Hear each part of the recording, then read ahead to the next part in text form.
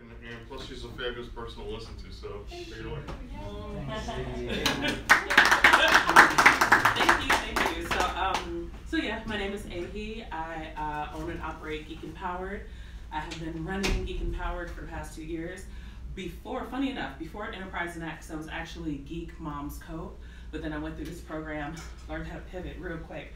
Todd knows, because I went through the tears. I was so upset going through my pivoting and like testing out what I was trying to deliver. And I found out at the end of the day, what I had just wasn't gonna work. So I had to figure out a new solution. So then I came up with Geek Empowered. And it's funny that you brought up like copyrights and trademarks, because I wanted to keep the Geek Moms Co name, but then I did a trademark search. And they took Geek Moms, and if somebody takes that root word, you can't add anything to it, you can't do anything with it. So I had to get rid of that name.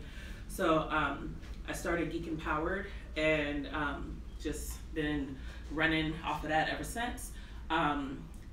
Elizabeth at Icy Stars introduced me to Steven. He was supposed to be here tonight, but something happened, so he couldn't make it. So Steven is the founder of Colony 5. Me and Monique are part of Colony 5 along with 4 other businesses. And what Colony 5 is, they help entrepreneurs from distressed communities find resources, funding, mentorship, everything that they pretty much need to operate and go to market. So for the next 2 years, we're gonna be really grinding, working hard, making sure we get our pitches together, making sure that our model is working the way that it should be working. We actually have to do our pitch like in a week, I believe. February 1st is when we're doing our pitch, and like, so we're all like really stressed, and we're like, okay, we gotta get this stuff together so we can pitch in front of everybody. But so what we've been doing is meeting together at UI Labs, which is it's in Goose Island. I don't know if you heard of that, yeah. North Avenue in Kingsbury or something like that. So we meet at UI Labs, and we kind of work together on our different pitches. And me and Monique, we're kind of a special case because our businesses kind of intersect. We both have the same client as far as civic entrepreneurs, social entrepreneurs is who we target. So we are launching a membership soon for entrepreneurs who need more resources, who need advice, who needs, because what tends to happen as an entrepreneur, you kind of get thrown out there, you got to scramble and figure out all the different pieces. What Civic Tech Collective does is kind of give you a one-stop shop of finding all the resources you need to kind of execute on your idea. How I partner with her is in that membership, we offer a tech solution for those entrepreneurs. If they want to go live to the public and say, hey, this is my thing, I provide a landing page for them and hosting for their website to be live. And under Geek Empowered, what I do, now I feel like I have to do the actual pitch. So what Geek Empowered is a digital consultancy that helps people power ideas. Whether you are starting out, we do workshops and classes for you. Some are free, some are paid. We have the membership for those who can pay a little bit per month to kind of get their stuff going, and then we do full-blown client work.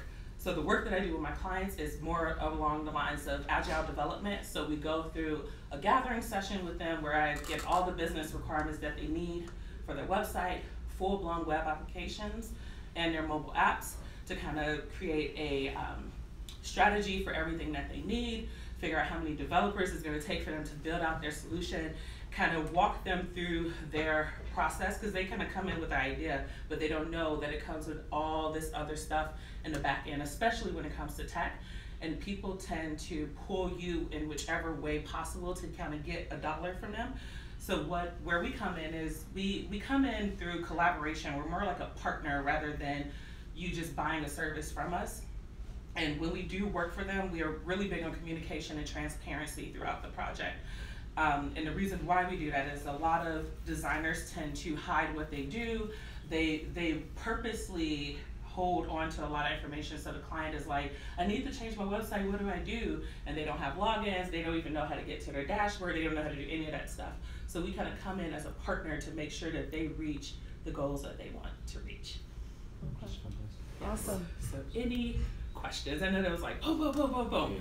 But so is Geek Mom tailored to females only? No. So that was another reason for the name change. So when I say Geek Moms Co, people immediately think moms, and the whole reason why I even started was because I did want to have moms in tech, but then I realized through pivoting and kind of thinking about what they needed, it had to be put kind of on the back burner. So once Geek Empowered grows, what we're thinking about is doing a not-for-profit for families, not just moms, for families who want to get involved with tech and kind of have a space for them. But that's later on down the road. That right was now. my next question. Yes. That was my next question. Oh. About the nonprofit. So going further, would you help out nonprofit, like not-for-profit? Or I'm helping one now. So I am currently working with the greater, I can't think of the name, but it's like the greater Rose. something in, it's actually, it's not in Chicago, it's in Washington. Oh. Their entrepreneurs needed somebody to build out their stuff. So then, funny enough, he used to work for IC Stars like years ago. Carlton Thomas reached out to me and said, hey, can you build out this stuff for them? So we're kind of testing it out now. If that model continues to work, what I want to do, our big dream for Geek Empowered is to be that partner for every nonprofit. Okay. Like if entrepreneurs are going through accelerators and they don't have developers, we want to be that partner for development. That's great. Yes. Did you say? I'm sorry, he had his hand up.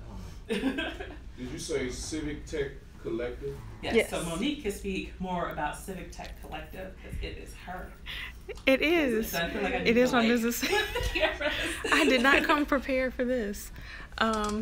So Civic Tech Collective, as Ehi just said, is a one-stop shop. So for me, I'm somebody who likes to read about what the new advances are in civic technology.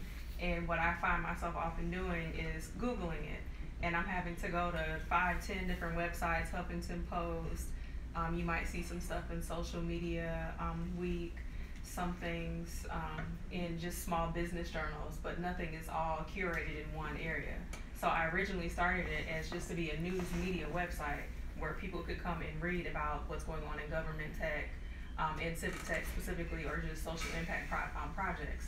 But from that, I found that people who are in social entrepreneurship also don't have large marketing budgets. So by me making this a one-stop shop, it's going to allow people to also make profiles for their businesses to be seen by other people who are interested in funding social enterprises, and they know where to come and find them, because otherwise they're kind of scattered and lost in the mix of everyone else that is starting a company. So and Ehi has been so gracious yes. to step in and help me build it all. But there are a lot of different things. I haven't mentioned everything, and that's for a number of different reasons. Like they want us to wait until the showcase, yep. And because I'm still developing it. But at the bare bones of what it was supposed to be for nerds like me who like to read about civic tech, who are the people who are taking on that kind of mission, and what kind of help do they need? What cities are they in? And there's more than just startup companies. There are organizations that have devoted all of their funding, time, energy, and resources into building social entrepreneurs, like Civic Accelerator, which is through, why can't I think of the name of the organization, and I just posted about them today. But it's called Civic Accelerator. And actually NBC, Universal, right now is going to be giving away $250,000 to someone that is building a social enterprise company. So to put that kind of information where it can be seen by the people who need it, because I found that through a Google search. It's not readily available information, and there are tons of other things like that I happen to see, and I just throw it up on my Instagram for now, and I just finally relaunched my website last night. And then there's events. Like I found out about Colony 5 Google search. I literally typed Civic Tech event and found out about a networking event they were having at UI Labs, and ended up at their hackathon, and now I'm part of the cohort. Wow. Yeah. Awesome. Is this for your like days in the lives? Oh, no, I'm gonna bother y'all about that later. So what he's referring to is value. Yeah, my 100 days of value.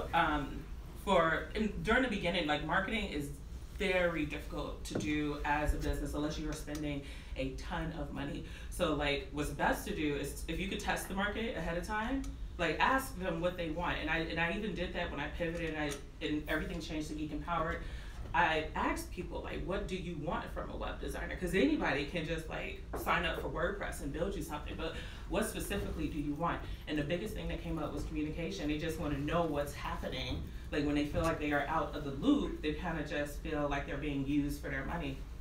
So marketing was like a huge issue for me. And what I would do, and this is embarrassing and horrible to say, but like people have a habit on Facebook saying, hey, I need help with my website. Next thing you know, you see that post with like 30 comments. I can help you, I can help you, I know my friend that can do it, I know this person, I know that person, I can do it. And I was the same person like posting my stuff, and then I realized like, okay, I'm competing with all these different people, and I shouldn't even be competing with them. Technically, I am a tech company, not a freelancer, and here I am competing with a bunch of freelancers to kind of get work. So then someone mentioned to me, have you thought about LinkedIn? And I'm like, nobody goes to LinkedIn. I was just like everybody else, nobody goes to LinkedIn. Like, why would I even put my stuff on there? But then I tested it out. I was like, okay, what is this community about? And like the difference between LinkedIn and Facebook and Instagram is that LinkedIn is more about the conversation. Like they're really big about conversations and valuable piece of information. And for me, content creation, like I used to love content creation, but if it's visual, so I really have to force myself to think about what value am I delivering to people. And I knew that if I could figure out that value, that would set me apart from all the freelancers and all the other people that are building websites. And for me, I love doing video. So I was like, okay, how can I make this fun for me? So then that's when the 100 Days of Value videos came out. So I just been doing that every single day. I get a lot of traction on it. I even got a client from doing those videos. I think the most rewarding thing that I saw from LinkedIn was I participated in a hashtag that somebody else started. I believe it was called, what was it called? Let's get honest, or let's be honest. And what that hashtag was about, it was showing the behind the scenes. Like a lot of people see a CEO and they're like, oh my God, they must be rich. Like they got houses, like they got money, they got employees working for them. Yeah, like, and that's what people think of when they think of CEOs. But what I learned throughout this journey, like I'm a CEO, Monique's a CEO, and I met other CEOs and I walked in with that persona of, oh my God, they're gonna think I'm stupid because they've been running their business and they got 17 employees and they just got a $2 million check and all this stuff. But really, they're people. We're all people, and they got the same problems that you do. And like when I had a meeting with the founder of Knowledge Hound, like I was really nervous about meeting her, but then we came to this like human to human level, and she was like, look, I freak out every day. Like I just cried yesterday. Like I just messaged my best friend about all this stuff that's going on. But the Let's Be Honest tag, what it was kind of letting people know like I'm a real person behind the whole CEO label. And I did a video for it, and I talked about how I was living this consultant life, and you see me traveling, and I'm going to India and all this stuff, but at the end of the day, where I live, I'm on the South Side. Where I live, I risk my life every night, like just going to my house, and like that is just reality. So I did that video, and that video ended up getting about almost 10,000 views. Wow. Just from that video. So that was the moment I was like, okay, I might be on to something. So I just keep doing the videos. So yeah, I'm gonna bother y'all about that a little later. Yeah. What about the ideas? When you said that you take ideas, what is that? So, so you really have to, once you start getting into your businesses and figuring out what they're about, then you kind of have to figure out your niche of what target you're gonna reach. For me, I wanted to reach the people who had big ideas. And they're like, okay, I don't know how I'm gonna pull this off, but I just have this idea. And the reason why I want to target those people is because through this whole journey of being an entrepreneur, like you face situations that can easily take you off your path, and then hope dies, and then years later you're like, why didn't I do that thing? And then you find somebody else doing that thing. You're just like, oh, why didn't I do it? And I want to reach out to those people so I can help be their support. So I don't want to say anybody with an idea. I'm still narrowing down what ideas I'm going to take in, because you do reach some people and you're like, I don't know about your idea. I don't think it's going to work. Like you might need to test out yourself a little bit more. But that's what I mean by ideas. Like anybody who is trying to grow a business out of a problem that they're trying to solve. Yeah. Yes. I know that we're on Facebook together, and I do look at your videos on LinkedIn when I can. Are you on Twitter? I am on Twitter. I just hate Twitter. Oh. I am on Twitter though. Twitter's about the same thing though. It's about having a conversation with yourself. So it's a little bit weird, but I'm trying to do more on Twitter. But on Twitter, I'm Geek_Empowered. Somebody took my name.